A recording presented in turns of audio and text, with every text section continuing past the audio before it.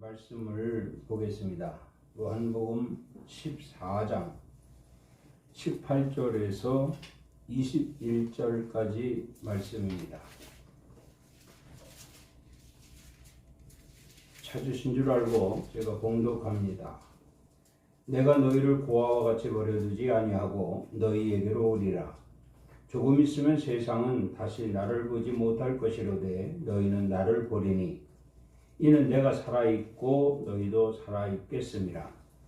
그날에는 내가 아버지 안에 너희가 내 안에 내가 너희 안에 있는 것을 너희가 알리라. 나의 계명을 지키는 자라야 나를 사랑하는 자니 나를 사랑하는 자는 내 아버지께 사랑을 받을 것이요 나도 그를 사랑하여 그에게 나를 나타내리라. 아멘. 이 시간에 특송이 있겠습니다.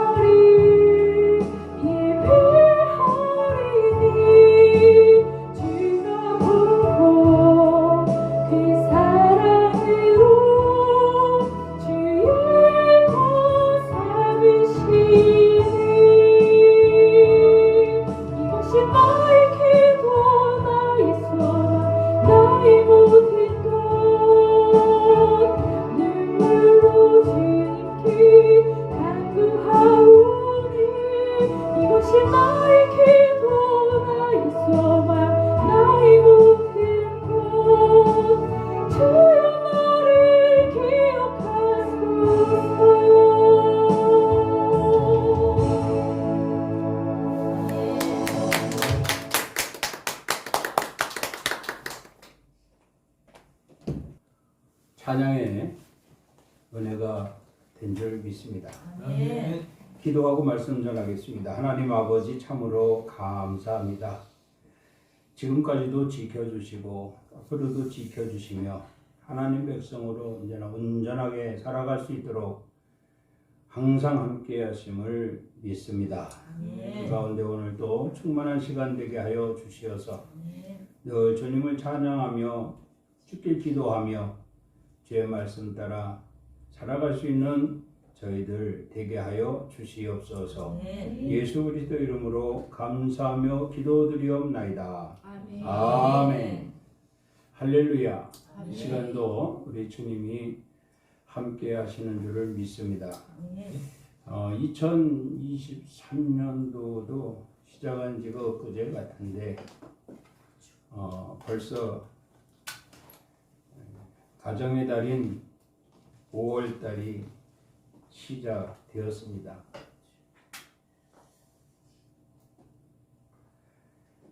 영적인 우리 아버지이신 하나님께서 우리를 항상 동행하여 주시고 우리를 위로하여 주시며 믿음의 가정으로 역사하시는 것을 특히 감사할 수 있는 그런 5월이 아닌가 이렇게 생각을 해봅니다. 우리나라의 공황장애 환자가 2017년부터 조사한 결과 매년 평균 9.6%가 증가된다고 합니다. 근데 이게 보면은 40, 50대가 주를 이루게 되는데 남성보다도 여성이 더 많다고 합니다. 원인은 환경적 변화, 또 신체적 위협, 또 대인관계 등에 있으며 증상은 공포, 두려움, 불안, 우울증, 스트레스에 이르기까지 많은 증상들이 나타난다고 합니다. 어느 의학적 소견에 보니까 이 공황장애는 약물 치료보다는 위로가 필요하다라고 기록이 되어져 있는 것을 봤습니다. 참고로 위로는 영적인 치료 방법이다. 영적인 치료 방법. 그래서 공황장애는 정신질환이다라는 이야기도 있기는 합니다. 오늘 말씀 제목은 하나님의 위로의 약속입니다. 하나님의 위로의 약속. 사람에게 있어서 영적으로나 육적으로 인생의 엄중한 세상길에서 위로를 받고 싶은 마음은 누구에게나 있을 것입니다.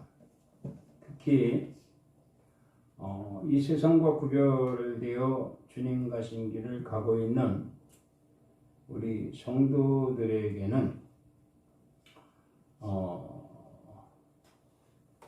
더욱 그러하겠지요.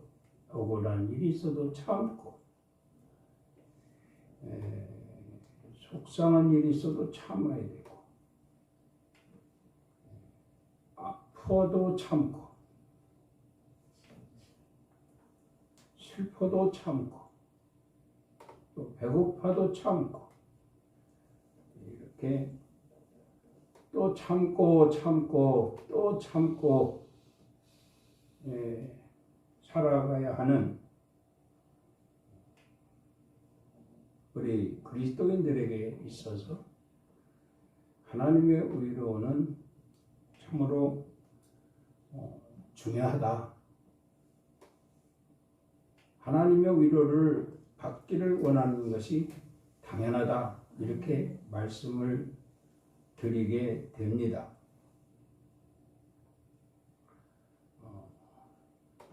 특별히 우리가 믿는 하나님을 우리가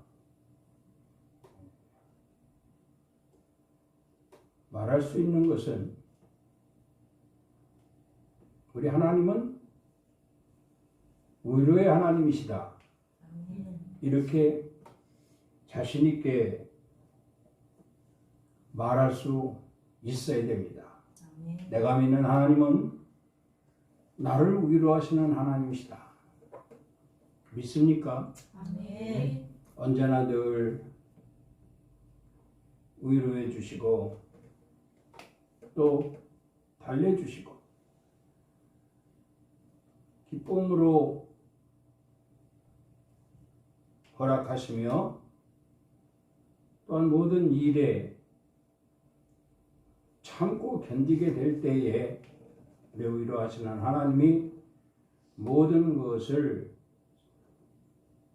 승리로 좋은 결과로 있게 하시니 참으로 우리가 믿는 하나님은 위로의 하나님이시다.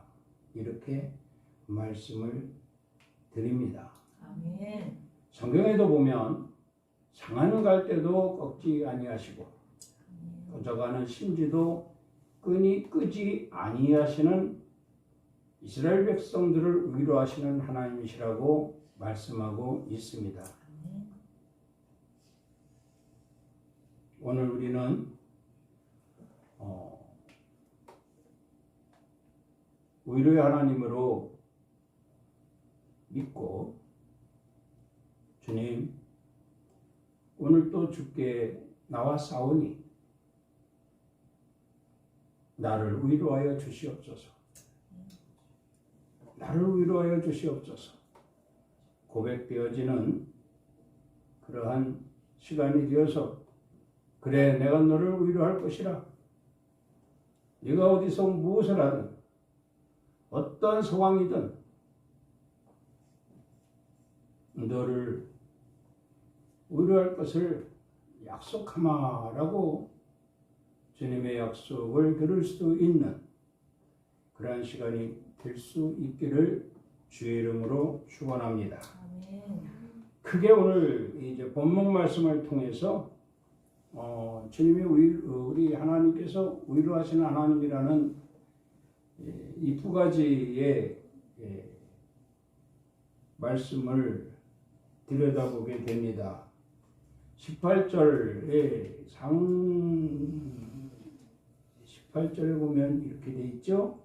내가 너희를 고아와 같이 버려두지 아니하고 고아와 같이 버려두지 아니할 것이라고 이렇게 말씀을 했습니다. 그럼 고아란 무엇일까?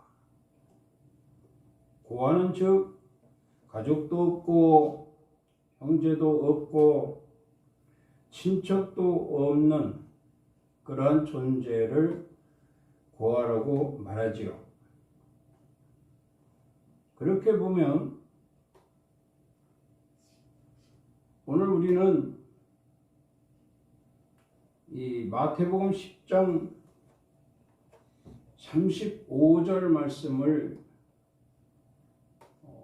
보게 되는데 여기 이렇게 말씀을 하고 있어요. 내가 온 것은 사람이 그 아버지와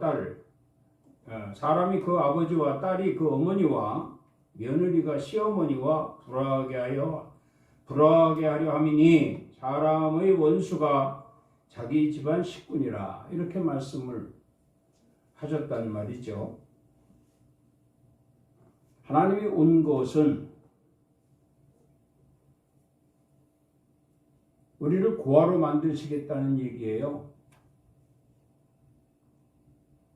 원수를 맺게 하고 불화가 있게 하고 그렇다면 그 가족이 온전하겠느냐 이런 얘기죠. 그렇지 않습니까? 그러면 하나님께서 우리를 택하신 목적이 무엇일까? 그것은 바로 세상과 구별되게 하시는 것인데 세상과 구별할 수 있는 유일한 방법은 세상을 사랑하지 말아야 되고 세상 사람들을 사랑하지 말아야 된다는 얘기죠. 그리고 하시는 말씀이 나를 더 사랑하라. 이렇게 말씀을 하십니다. 분명 앞서도 말씀드렸지만 우리는 구별된 삶을 살아야 된다고 말씀을 드리고 있습니다. 세상 사람들은 세상과 짝하고 살지만 세상을 사랑하고 가족들을 사랑하고 이웃을 사랑하고 더불어 살고 있습니다. 그러나 하나님이 우리에게 분명히 말씀하시는 것은 너희는 나를 더 사랑하라. 그렇게 말씀을 하십니다. 왜 그런가 하면 세상이 주는 어떠한 환경이나 여건이나 관계는 일시적이지만 하나님과의 관계는 영원하기 때문이라는 것이죠. 그래서 하나님 말씀하십니다. 이 땅에서 너희가 나를 믿게 된 것은 너희가 나를 택한 것이 아니라 내가 너희를 택하여 세운 것이라. 그렇다면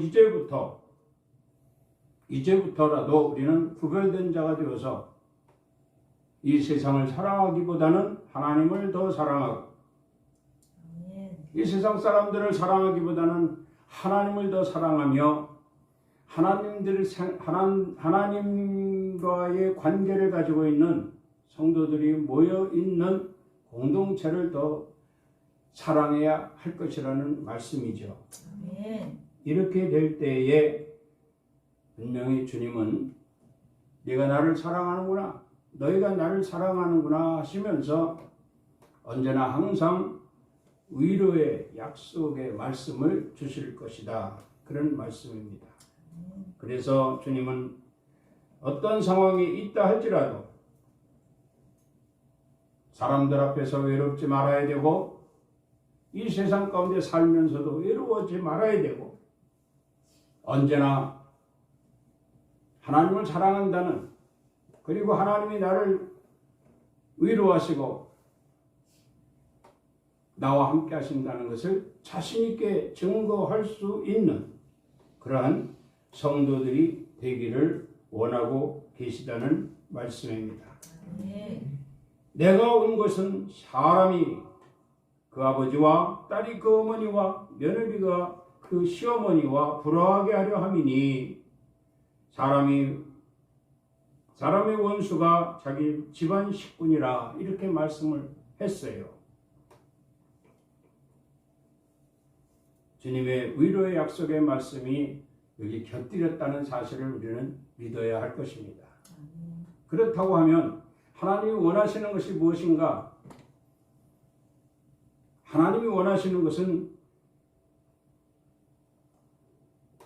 너희가 나를 사랑한 것 같이 저들도 나를 사랑할 수 있도록 하라. 이것이 지상 명령입니다. 하나님의 사랑을 받은 자들이 진정한 가족이 되기를 원하시고 진정한 형제가 되기를 원하시고 진정한 하나님 나라 백성들이 되기를 원하신다는 말씀이죠. 그렇기 때문에 우리는 언제나 늘 항상 하나님이 바라시고 원하시는 그 뜻대로 살기 위하여 주님 사랑합니다. 나에겐 주님밖에 없습니다. 누구도 나를 위로할 수가 없습니다. 이 세상 그 무엇도 나를 위로할 수가 없습니다. 오직 나를 위로할 자는 주님밖에 없습니다. 고백되어지는 시간이 되어질 때에 그래 나는 너를 위로하는 하나님이시라고 하는 분명한 약속을 받게 될 것이니 그 위로가 여러분들에게 언제나 항상 있을 수 있도록 주님 사랑을 고백하면서 이 험한 세상을 승리하며 살아갈 수 있기를 주의 이름으로 축원합니다. 아멘. 야고보서 2장 5절에도 보면 내 사랑하는 형제들아 들을지어다. 하나님이 세상에서 가난한 자를 택하사 믿음에 부요하게 하시고 또 자기를 사랑하는 자들에게 약속하신 나라를 상속으로 받게 하지 아니하셨느냐 이렇게 말씀을 하십니다.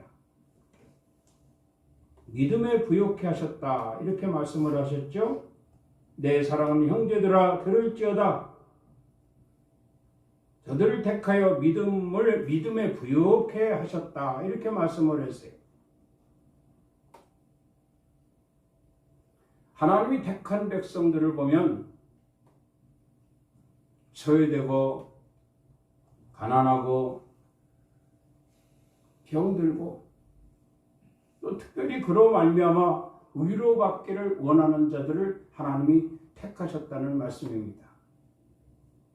그들을 택하셔서 무엇을 주냐면 믿음을 부요케 하셨다 이렇게 말씀을 하고 있어요.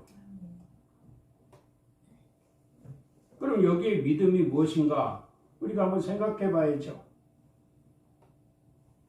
그 믿음은 바로 나를 위로하시는 하나님이다 이 말씀입니다.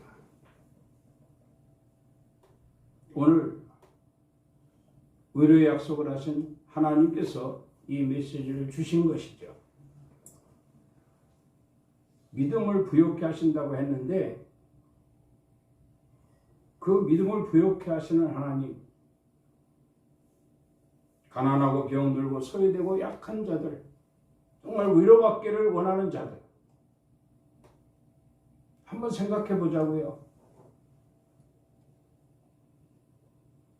내가 병들었어요.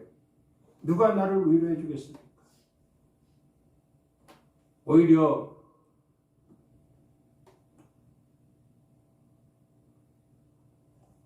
멸시하고 가르치려고 들고 잘난 척하고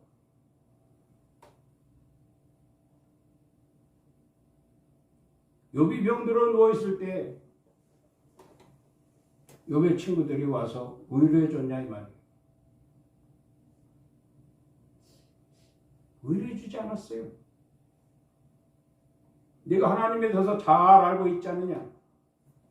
그럼 그 하나님을 네가 제대로 믿었으면 네가 왜 그 모양 그 꼴이 되겠느냐? 이거 위로가 아닙니다. 우리가 예수 믿고 살면서 우리가 병들었다 하면요, 누구도 우리에게 와서 위로해 줄 사람 없습니다. 믿지 않는 형제들이요, 위로 안 해줍니다. 부모 위로 안 합니다. 내가 병들었을 때 나에게 와서 위로해 줄 자는 누구냐? 이 세상에 아무도 없습니다. 오직 우리가 믿는 위로의 하나님뿐입니다. 그래서 말씀하시는 것이 믿음을 부요케 하사 나를 위로해 주시는 하나님인 것을 확실하게 믿게 했다는 거죠. 내가 가난에 줄이고 있을 때 누가 나를 위로해 줍니까? 힘들게 목회하고 있는데 좀 선교 좀 해달라고 이렇게 부탁을 하면요, 나도 과거에 다 그렇게 시작했어. 자기도 과거에 다 그렇게 시작을 했다는 거예요. 그리고 이만큼 부흥시켰다는 거예요. 이건 절대 위로가 안 됩니다. 오히려 더 힘들게 하는 것이죠. 그럼 나도 그렇게 해야 된다는 건데, 사람에 따라 다 달란트도 다르고 분량도 다르고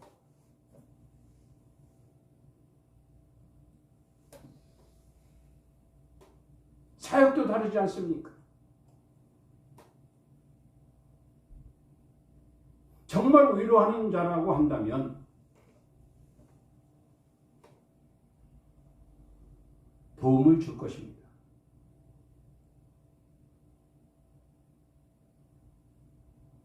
목회를 크게 하는 목사님에게 제가 이러고 이러해서 어려움을 겪고 있습니다.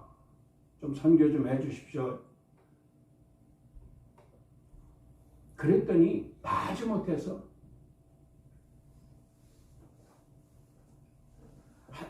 한 달에 조금씩 그것도 선교라고 하면서 딱 1년하고 끊더라고요.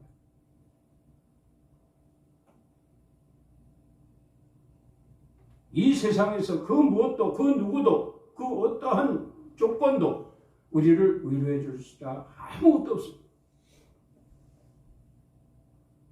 오직 나를 위로하실 하나님 그분밖에 없습니다.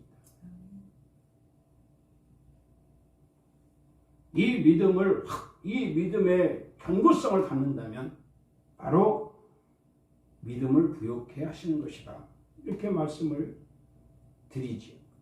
그래서 믿음을 부욕해 하셨다라고 하는 것은 즉 하나님을 믿는 믿음에 대한 견고성을 말하고 있는 것입니다. 의로의 하나님으로 믿는 믿음의 견고성. 우리가 인생을 살면서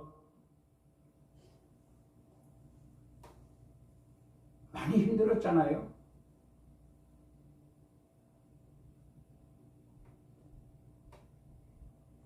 형제들에게, 친척들에게 그 힘든 사정을 얘기하면서 지인들에게도 힘든 사정을 얘기하면서 도움을 요청한다면 마지못해서 하는 수도 있겠지만은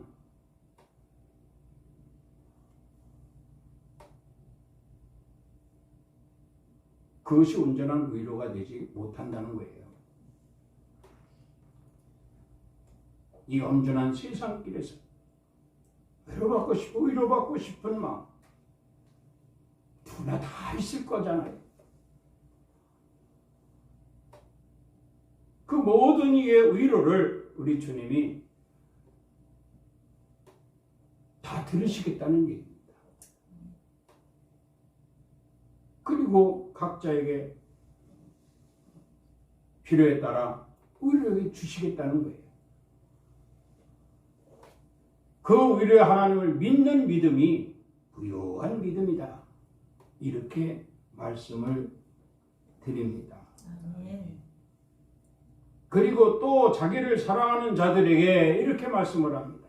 내 사랑하는 형제들아 들을지어다. 하나님이 세상에서 가난한 자를 택하여 믿음에 부유하게 하시고 또 자기를 사랑하는 자들에게 약속하신 나라를 상속으로 받게 하지 아니하셨느냐 이런 말.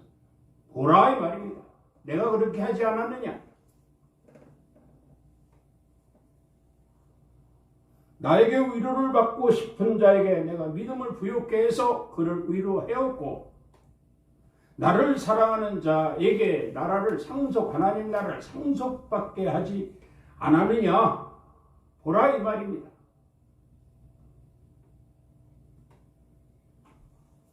그렇다고 하면 우리의 신앙은 선진들의 신앙을 많이 들여다봐야 됩니다. 믿음의 선진들. 그래서 시브리 기자는 이 믿음의 선진들에 대해서 많이 이제 강조를 했죠. 믿음은 바라는 것들의 실상이요 보지 못한 것들의 증거니 선진들이 이로써 증거를 얻었느니라. 이렇게도 말씀을 하셨어요. 오늘 말씀의 제목은 위로의 하나님이십니다. 그리고 우리 믿는 믿음은 바로 위로입니다. 하나님의 위로. 이 하나님의 위로로 증거를 얻은 선진들을 우리가 들여다봐야 된다는 거죠.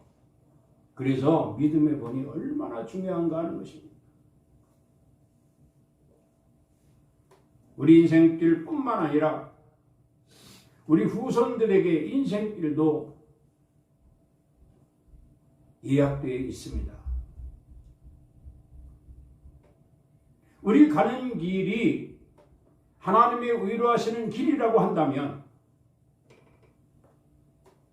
후손들도 당연히 하나님의 의로를 받기를 원하겠지요. 그렇다고 하면 우리가 증거 하나님으로 인하여 의로를 받았으니 우리가 증거를 얻은 것이요. 그 증거는 그 후손들에게까지 약속이 될 것이니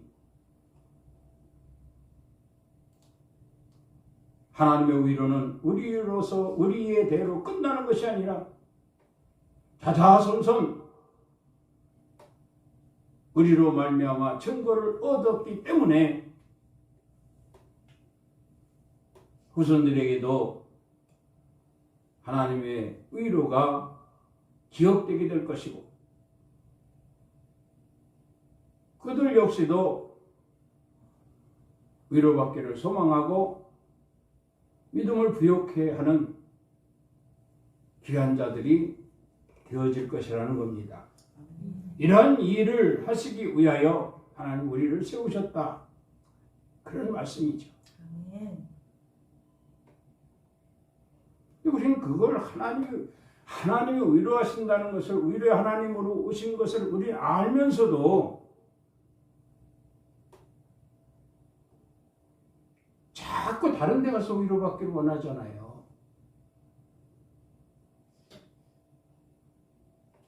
이것은 육적인 삶을 추구하는 모습이지 영적인 삶을 추구하는 모습이 되지 못한다는 겁니다.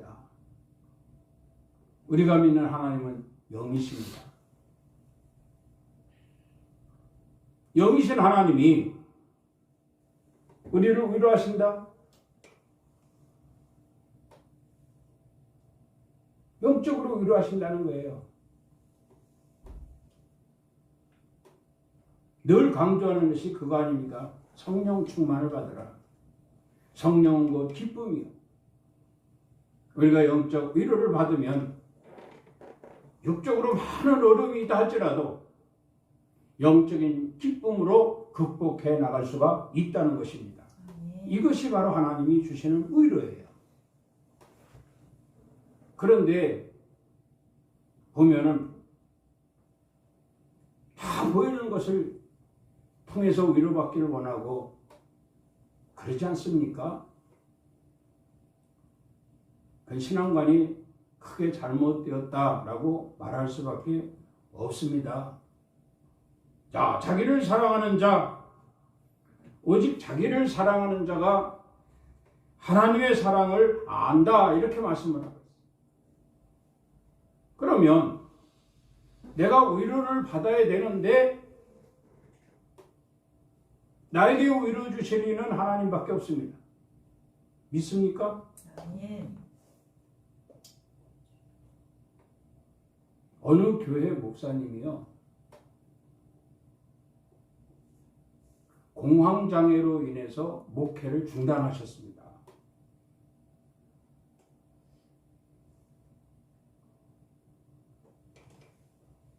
공황장애라는 것이 그렇게 정말 무서운가? 사역까지도 중단하게 만드는가? 궁금했습니다.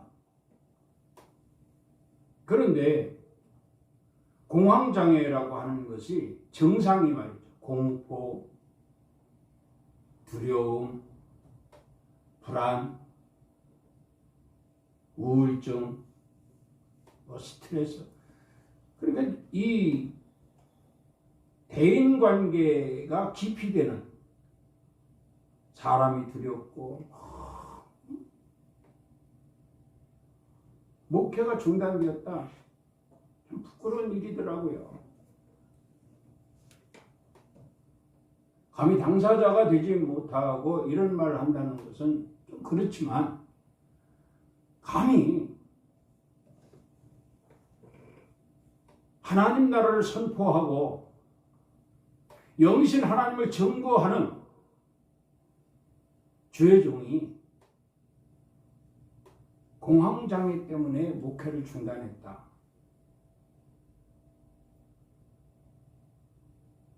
정말 이해하기 힘들었습니다. 그랬잖아요. 여기에 어떤 이 의학적 소견에서 약물 치료보다는 위로가 더 중요하다. 이 위로는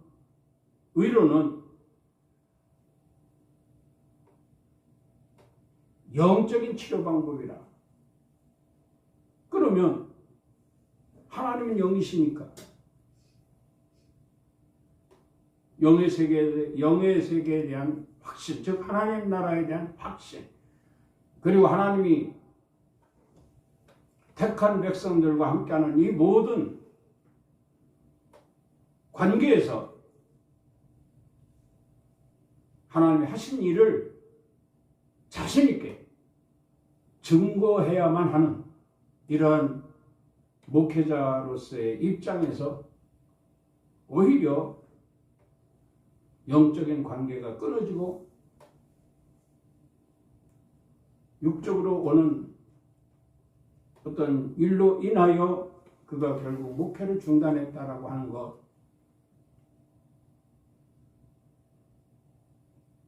안타까운 일이 아닐 수가 없는 것이죠. 그래서 특별히 더 강조해야 되겠다 하는 것이 바로 우리 하나님은 위로하시는 하나님이시라. 정말 엎드려서 하나님께 위로받기를 원했다면 하나님이 그를 위로하셨고 또 그로 말미암아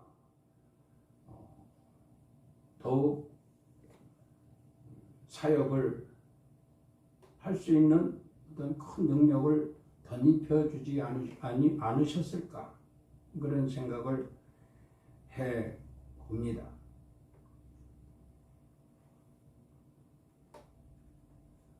두 번째로 18절 하반절에 보면 뭐라고 말씀을 하셨는가 하면 너희에게로 오리라 이렇게 말씀을 했습니다. 너희에게로 오리라. 약속의 말씀이죠. 왜 오십니까? 고아와 같이 버려두지 아니하고 너를 위로하기 위해서 오겠다는 거예요. 위로해 주기 위해서 오시겠다는 것입니다. 골로새 3장 1절에 보면 그러므로 너희가 그리스도와 함께 다시 살리심을 받았으면 위의 것을 찾으라. 거기는 그리스도께서 하나님 우편에 앉아 계시느니라. 이렇게 말씀을 합니다. 너희가 그리스도와 함께 다시 살리심을 받았으면, 그리스도가 십자가에 죽으신 그리스도가 다시 살아나셨어요. 이것을 말하자면 하나님의 위로였다. 하나님의 위로. 하나님의 위로하심으로 인하여 하나님 만나주셨고 위로해 주셨고 다시 살려주셨다는 거예요. 여러분, 우리가 하나님께 위로를 받는다? 그 위로받는다는 것으로만 끝나는 것이 아니라는 겁니다. 위로를 받았으면 다시 살아나는 거예요. 할렐루야. 건강이 좋지 않아 하나님께 위로를 받았다면 다시 건강이 회복되는 것입니다. 가난으로 인하여 하나님께 위로를 받았다면 가난을 벗어버리는 겁니다. 십자가 사건으로 인하여 주님이 죽으셨는데 이것이 하나님의 위로다. 하나님의 위로하심이 있었다. 라고 확신하는 것은 바로 주님이 다시 살아나셨다는 것입니다. 이렇게 위로해 주시고 다시 살리시고 회복시켜 주시는 분이 저와 여러분이 믿는 하나님이시죠. 그래서 우리는 늘 주여 위로받기를 원하나이다.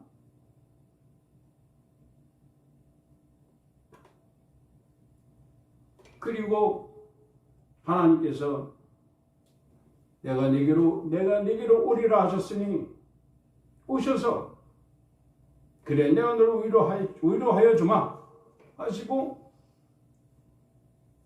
역사하시죠. 아멘. 다시 살리십니다. 이것이 한두 번으로 끝나는 것이 아닙니다. 우리가 인생을 살아가는 동안 무수히 많은 어려움이 있고 위기가 있고 힘든 일도 있고 아픈 일도 있을 것입니다. 그때마다 내가 위로의 하나님을 찾을 수 있는 믿음의 부유한 자가 되려면 늘 이렇게 주를 찬송하고 주의 이름을 부르고 주님이 오시도록 주님께 경배하고 주님 말씀을 사모하고 예배하는 생활로 영적 무장을 해야만 가능하다는 것이죠. 아멘. 그리고 위기가 있을 때 주를 찾을 수가 있는 거 아닙니까? 주여 나를 위로해 주시옵소서. 오셔서 위로뿐만 아니라 우리를 다시 살리시는 놀라운 역사가 있게 하실 것이니 내게 위로의 하나님으로 오시고 나를 다시 살리시는 하나님으로 오신 주님 감사합니다.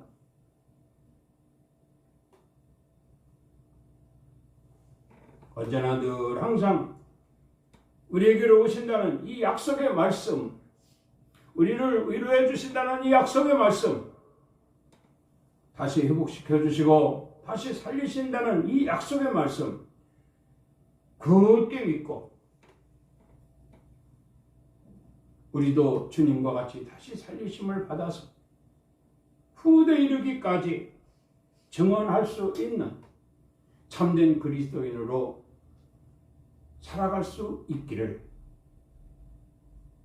오늘 이 아침에 여러분들 주의 이름으로 축복합니다. 아멘. 기도하겠습니다. 하나님 아버지 감사를 드립니다. 정말 힘들고 어려운 가운데 있지만 그러나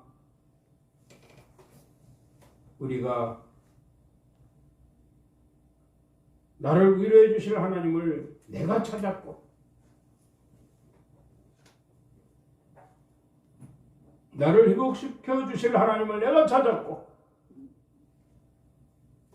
나를 다시 살리실 하나님을 내가 찾았음을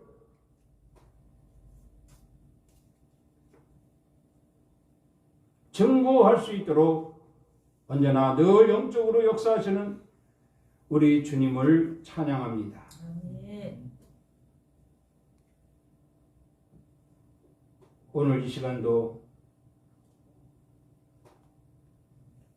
벅찬 가슴으로 이제부터 나를 위로하실 하나님을 내가 찾겠다. 내게 오신 하나님은 나를 회복시켜 주시고 위로해 주실 뿐만 아니라 다시 살아나게 하실 것이라는 확신을 가지고 돌아갈 수 있는 저들 되게 하여 주시옵소서. 아멘. 예수 그리스도 이름으로 기도드리옵나이다. 아멘. 하나님이 함께 하신 줄 믿습니다.